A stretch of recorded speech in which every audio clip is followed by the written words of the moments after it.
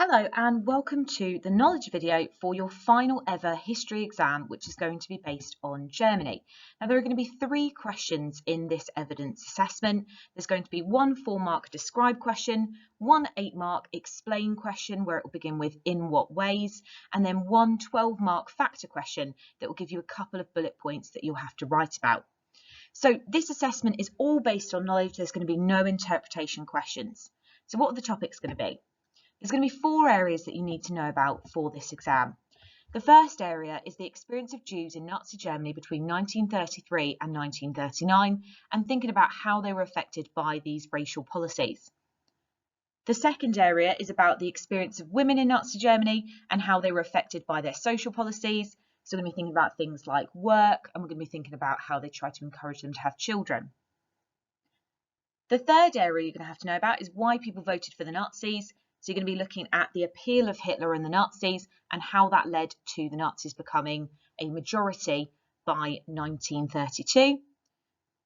And the fourth area is why people voted for the Nazis, thinking about the impact of the Great Depression and economic problems. Now, my class 11B, your assessment is going to be on Wednesday, the 26th of May. 11A, Miss Eglin's, your assessment will be on Thursday, the 27th. And 11C for Miss Bowden and Miss Eglin's group, your assessment is going to be on Friday, the 28th of May. Thinking chronologically, the first area that you need to know about is why did the Nazis gain so much support by 1933? Now, in January 1933, Hitler was made Chancellor of Germany by President Hindenburg, not because President Hindenburg liked him, but because he had a majority in the Reichstag. In July 1932, the Nazis had 230 seats, or 37% of the vote, and therefore Hindenburg decided to let him become Chancellor. So what we're going to think about in this video to start with is why did the Nazis gain so much support by 1933? When we think about comparing it to 1928, before the Great Depression, they only had 12 seats in the Reichstag, or 2.6% of the vote. So we're going to think about why did it change in just a few short years. And we're going to see there are some short-term factors like the Depression, but there's also some long-term reasons why the Nazis were able to gain power by 1933. So we're going to look at 2 of those reasons, and you'll need to know about both for the exam. The first area that you need to know about is how Germany's economic problems led to the Nazis coming to power. So when we're thinking about economic problems, we're primarily thinking here about the 1929 Great Depression and the impact it had on Germany throughout the 1930s. So why did the American Wall Street stock market crash lead to problems in Germany itself? Well, America was such a leading economic power that it did affect all industrialized nations, although Germany was particularly badly affected because they borrowed so much money from America from the 1924 Dawes Plan. If you remember back to Weimar Germany, they borrowed a loan of 800 million marks. That was good in the short term, but as Stresemann had said, that was like dancing on the edge of a volcano, and it made them very much dependent on the American economy. So Germany was particularly badly affected by the Great Depression. It wrecked the German economy and led to 50,000 businesses collapsing by the end of 1932. This resulted in at least 6 million Germans being unemployed and desperate. Historians think that it might actually be as high as 8 million, but here we have 6 million that are claiming unemployment benefits to begin with. Now, this has an enormous impact on the people. Being unemployed had an enormous psychological impact, and people became very frustrated with the government. Now, when they were desperate, they turned to their government for help. But Brüning, who was the Chancellor between 1930 and 1932, responded to the Great Depression by cutting social benefits and public workers' pay, people like the civil servants. Now, that, as a result, led to social hardship, and the government became even more unpopular. Brüning's nickname was actually the Hunger Chancellor because of a result of these policies. People wanted him at the time to offer more unemployment pay and lower taxes, but obviously he does the opposite and he increases taxes and he reduces unemployment pay. So people turn to the government and the government don't support them. Now, in contrast to that, we have Hitler, who is going around in propaganda and suggesting things like he's going to provide bread and work. Now, that obviously is a very attractive idea to the people of Germany at the time. they're looking here for somebody to take care of them. Their government isn't. Their chancellor is nicknamed the Hunger Chancellor. And in contrast, we've got Hitler, who's exploiting the situation by promising work and bread. Now, we've already mentioned this has a political impact with the fact that people became frustrated with their government. But they also became very frustrated with Hindenburg, the leader of the government, the head of state, the president, because he ends up using emergency powers and doesn't use the Reichstag at all. They basically can't get laws passed because they don't have a majority in the Reichstag, and therefore Hindenburg is just passing laws using Article 48. There was absolute chaos, and in 1932 alone, there were 3 different chancellors. There was a man called Brüning, who we've mentioned before. There was also a man called Papen and Schleicher as well. And then they get a 4th chancellor in January 1933, which is Hitler.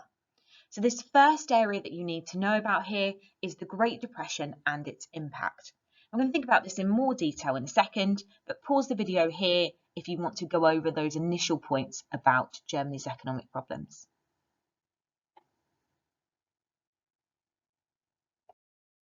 So now I'm going to think about part 2 of this Germany's economic problems and how the Great Depression led to the Nazis coming to power. We've already mentioned about the frustration of the German public and how they were angry at their government for not supporting them enough. Now, generally, as a result of this, support for moderate parties, parties like the SPD, ones that had been working with Weimar, support for them decreased as the Depression made them look incompetent. Now, in contrast, the support for extremist parties like the communists and Nazis, that actually ended up increasing. Now, one of the reasons why the Nazis gained so many votes is because people were very scared of the fact that the communists were gaining support. They'd even managed to get 17% of the vote in 1932, and this led to some people having a fear of a communist revolution. Therefore, some businessmen and middle-class people who wouldn't traditionally have supported the Nazis decided that they were the lesser of 2 evils and it was better to vote for them than allow the communists to come to power. And some of them, because they were scared of communism, even helped fund Nazi propaganda as a result. They even funded things like the plane that flew Hitler all around Germany. Now, we can see the impact of the Great Depression in these statistics, and it would be really good if you could try and remember what their vote was like in 1928 and how that contrasted with after the Great Depression in July 1932. So as a result of the Nazis promising work and bread, the number of Nazi seats in the Reichstag rose from 12, or 2.6% of the vote in 1928, to 230, or 37% of the vote in July 1932. This is a really important statistic to know because it shows how important the Depression was. It shows the importance of this as a short-term factor. It's not the only reason that the Nazis came to power, because if it was, the communists could have exploited this even better as well. But this is the thing that makes people listen to Nazi ideas, the thing that makes them more appealing to the masses, to people like the middle class who wouldn't traditionally have supported them. Now, it is a short-term factor, but it's also worth bearing in mind that there is a long-term problem with the economy in Germany as well. Now, we already know that Germany, and when it became a republic in 1918, after the Kaiser abdicated, they were plagued with economic problems the whole way through. They had to deal with the war debt. They then had to deal with reparations from 1921. Remember, they'd have to deal with things like the invasion of the Ruhr and hyperinflation. So they'd been through all these different economic problems. And generally, the people of Germany didn't trust their government to solve these problems. If we think about the legacy of hyperinflation, it was enormous. Now, hyperinflation obviously happens 10 years before the Nazis actually come to power, but it does have a long-term impact. For instance, there are lots of historians who say that if hyperinflation hadn't happened in the past, Germany may have had more faith in the government and therefore wouldn't have voted for the Nazis. Because for some people, they'd had enough with having one economic problem and they felt that the Great Depression was just proving yet again they couldn't handle it. Now, it's really important that you're very careful about what you say to do with hyperinflation. We don't want to suggest that that's the main reason why the Nazis gained so much support, because if it was, they would have come to power in 1923. And obviously Hitler failed in 1923 when he started the Munich Putsch. So it is a long-term factor, but I certainly wouldn't argue it's any more important than the Great Depression. The Great Depression, as we can see from the statistics here, is absolutely crucial in getting the Nazis to power. Pause the video here so that you can make some notes and maybe add some additional things, or at least highlight what you've got on your sheet about the Great Depression. The second thing you need to know about is Hitler and the Nazis and why they were appealing. This is broken down into two different slides. On this side, we're going to think about the appeal of Hitler as a person, and on the next slide, we're going to think about the appeal of the Nazis as a party. So first of all, we have to note that Hitler was incredibly appealing in the early 1930s.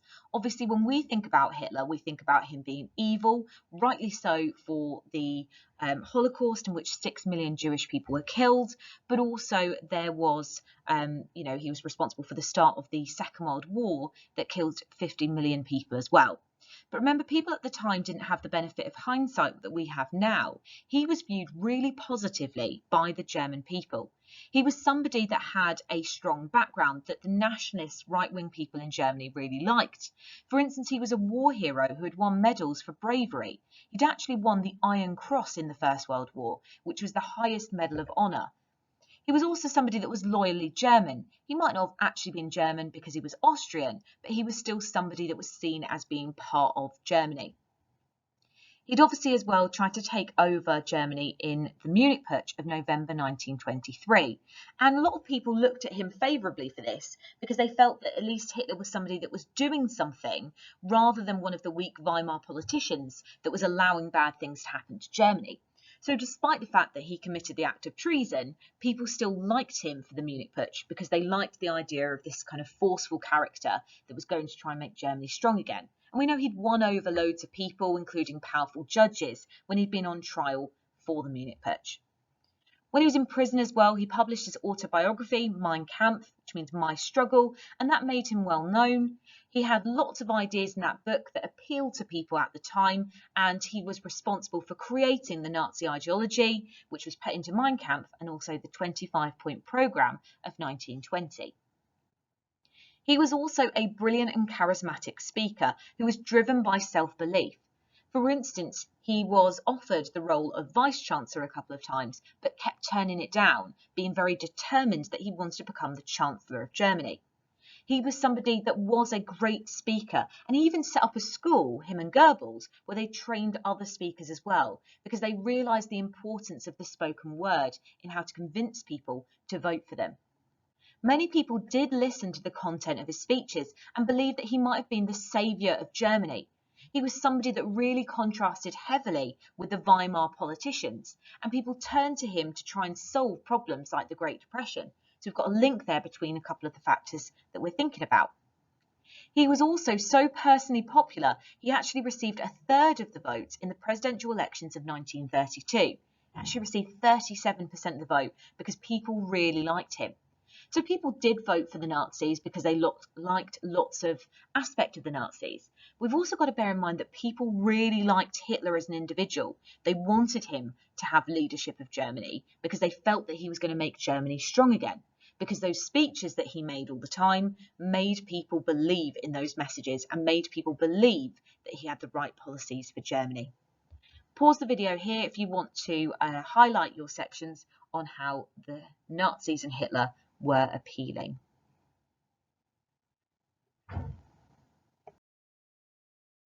Still on the same topic, we're going to think here about how the Nazis as a party were very appealing. Now, remember, this was a time of political chaos, especially as a result of the Great Depression, where we've got 6 million people unemployed. The Reichstag has become unmanageable now. There is even problems with having 3 chancellors in 1932. Now, in contrast with that chaotic system as a result of the Great Depression, the Nazis, in contrast, look incredibly well organised.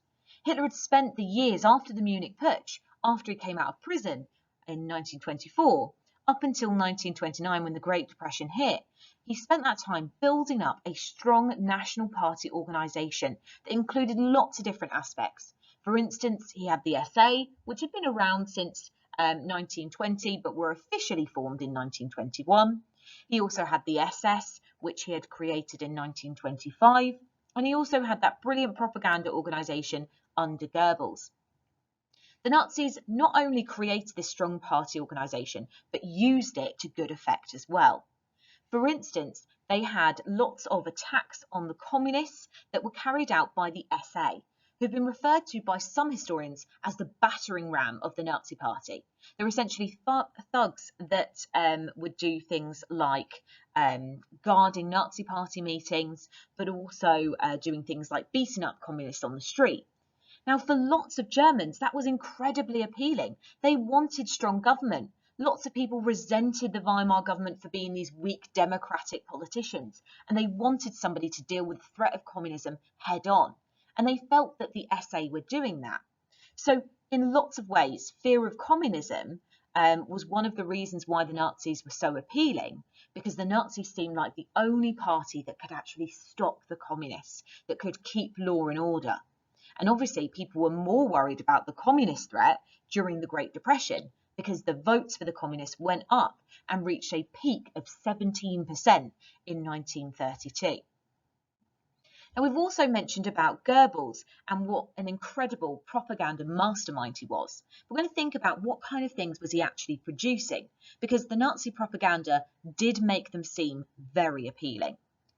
So, for instance, they had lots of posters like Hitler, Our Last Hope, which you can see in this poster here. So in this poster, we can see lots of people looking quite desperate. This is representing the workers. We can see an industrial city in the background. And then the idea is that Hitler is the only one that can save them from the problems of unemployment.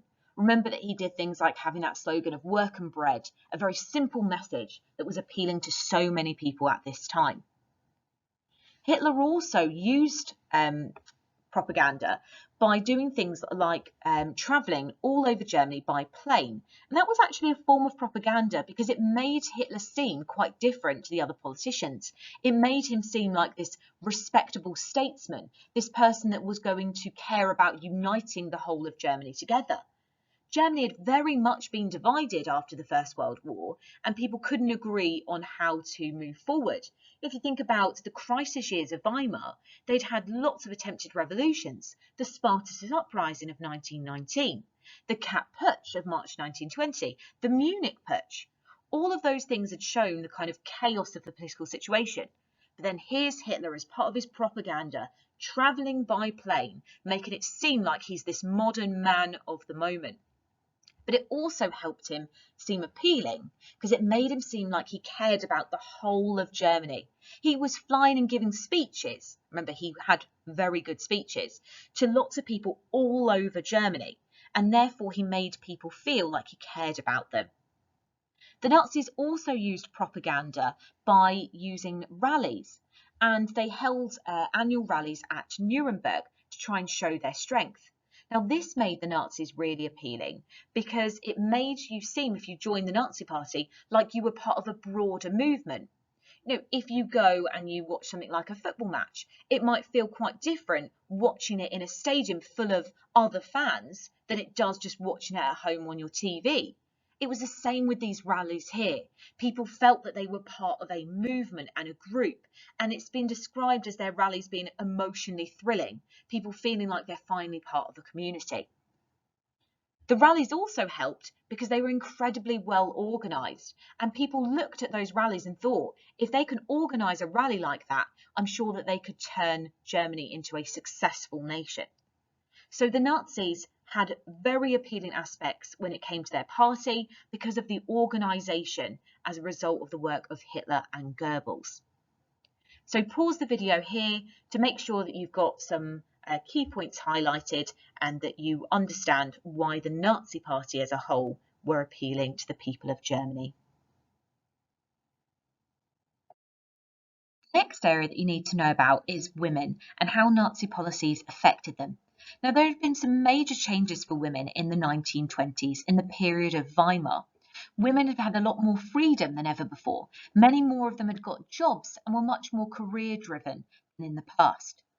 Nazis hated these changes, though, and they wanted to reverse them straight away.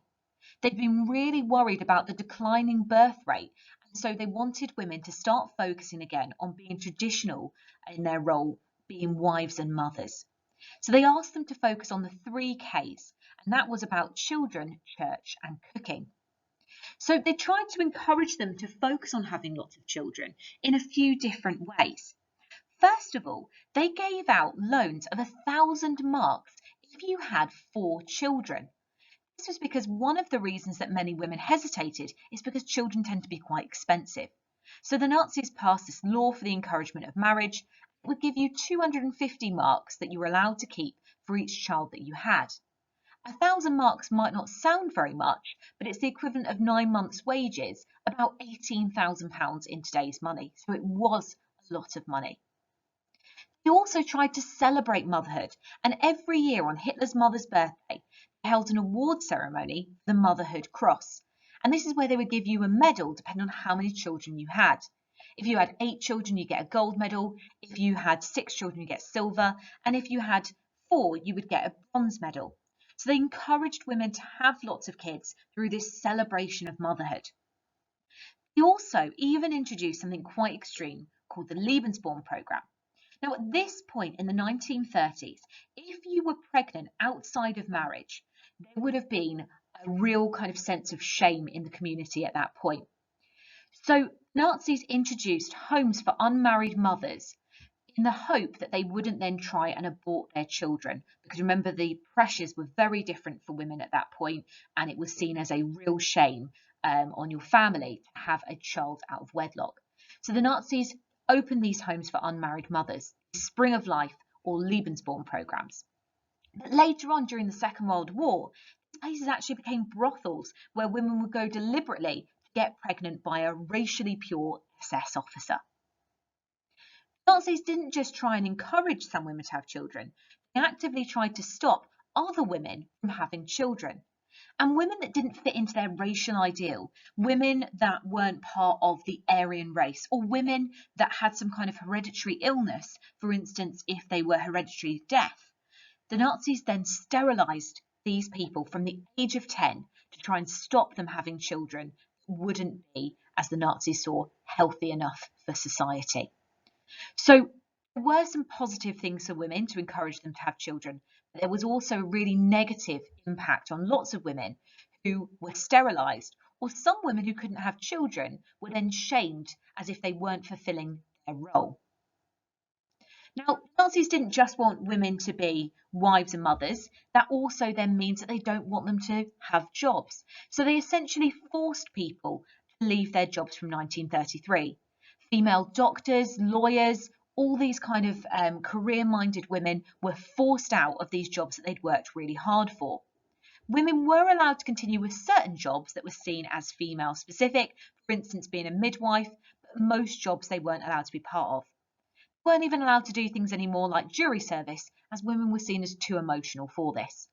Essentially, all that progress with equality that was made in the 1920s was reversed by the Nazis. Women couldn't even decide exactly how they wanted to look. They weren't allowed to do things like smoking. They weren't allowed to wear things like trousers. They were expected to have plaited hair, no makeup, and they were even supposed to be a certain weight so that it could be healthy for childbearing. Now, even though from a modern point of view, a lot of us would look at these policies with horror, actually at the time, most women welcomed these changes and liked the fact that we're going back to a more traditional role.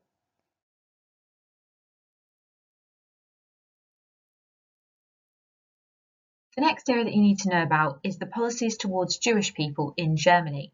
Now, as we already know, the Nazis were incredibly anti-Semitic, and they believed in this idea of an Aryan master German race, and they believed that Jewish people didn't fit into this. They saw them as part of a group of people called the Untermenschen, which means the subhumans, and they saw Jewish people as a racial and biological threat to Germany. Now, there was actually relatively few Jewish people in Germany, only about 500,000 and less than 1% of the population. But these people were blamed for all of Germany's problems. The Nazis blamed them for the loss of the First World War, the signing of the armistice, the Treaty of Versailles, and all the economic problems that came after, for instance, hyperinflation. So they started persecuting Jewish people right from the beginning of when they came to power. And you can see there are three different phases of their policies towards Jewish people. It started with this phase of discrimination between 1933 to 1937. It then turned violent with the outbreak of the Night of Broken Glass in 1938, and by 1942 it had become a phase called the Final Solution. We'll talk about what they did to Jewish people through these three different phases. Nazis came to power in January 1933, and they immediately began discriminating against the Jewish people. They started acting at first quite cautiously, as they didn't know how the German public would react, and so they began by boycotting Jewish businesses from the 1st of April. This is where the brown shirts, the SA, stood outside and intimidated shoppers, so this was a measure that was supposed to harm Jewish people financially. They also then pushed them out of lots of different jobs, including pushing Jews out of the civil servants, being lawyers, and they could no longer be doctors that treated Aryan German patients. They could now only treat other Jewish people.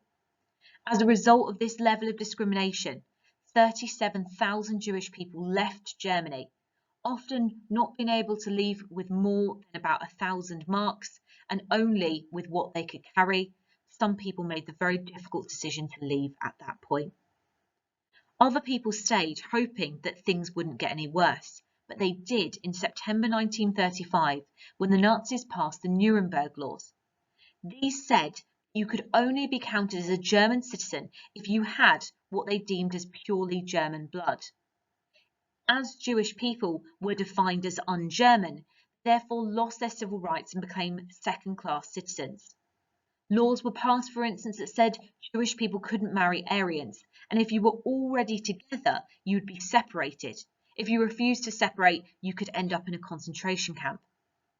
Now, there were those two official Nuremberg laws saying that you could only be a German citizen if you had German blood, and saying that you couldn't marry an Aryan citizen if you didn't have the German blood. But they also introduced loads of unofficial Nuremberg-style laws all over Germany that banned Jewish people from restaurants, parks, walking on the pavement, swimming pools. Lots of different places that Jewish people could no longer go.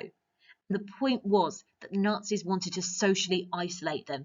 They wanted people to see Jewish people as somehow different and separate, and they didn't want Jewish and non-Jewish people being together anymore. So by 1935, Jewish people had already had to put up with horrific levels of discrimination. But things get even worse over time, as the German population didn't react badly to the boycotts or the Nuremberg laws. There was no opposition from them, and therefore the Nazis became more extreme over time. Nazi policies towards the Jews turned violent in November 1938 with an event called Kristallnacht, the Night of Broken Glass. During this night, Jewish businesses, homes and synagogues were destroyed in an act of coordinated violence and outpouring of hatred against the innocent Jewish community. 91 Jewish people were killed in this night. 30,000 more were arrested and sent to concentration camps for the apparent crime of being Jewish. Concentration camps had existed before this, but they had been used to house political prisoners, people that opposed the Nazis, and now Jewish people are being put in them just for being Jewish. This is a terrible event and one that horrified the Jewish community. The fact that their businesses had been burnt down, their homes had been destroyed, and over 250 synagogues had been destroyed as well. The whole point of this was to terrorize the Jewish community and make them try and leave Germany, and many of them really did try, but the problem was that other countries wouldn't accept them. So they really struggled to be able to leave. Things get even worse in 1939 after World War II breaks out. Now, the Nazis already believed that they had a Jewish problem when they had 500,000 Jews. As they start to invade other nations, the Jewish population grows.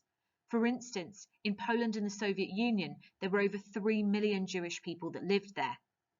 The Nazis' new solution to trying to deal with what they called their Jewish problem was to put them into ghettos. These were areas of the city that they cornered off, they put Jews in, and then they walled them up in there. They were crowded, there wasn't enough food, and over 500,000 people died due to starvation and disease in these ghettos. Conditions were horrendous and deliberately so to try and make sure that as many Jewish people died as possible. We've now talked through all of the topics that you need to know for this exam that's coming up next week. What I'd like you to do now is do a little bit of revision independently on these topics. So here are the 4 that you need to know. Go through and start with the one that you feel least confident on, and then you can move on to the next one afterwards. You could start by doing something like a red pen, black pen activity, where you write down everything you can remember about a topic with no notes in one colour, and then you can go back, look at the notes and add the points that you missed in a second colour. Or you might do something like a spider diagram where you put notes about all 4 areas on that one page.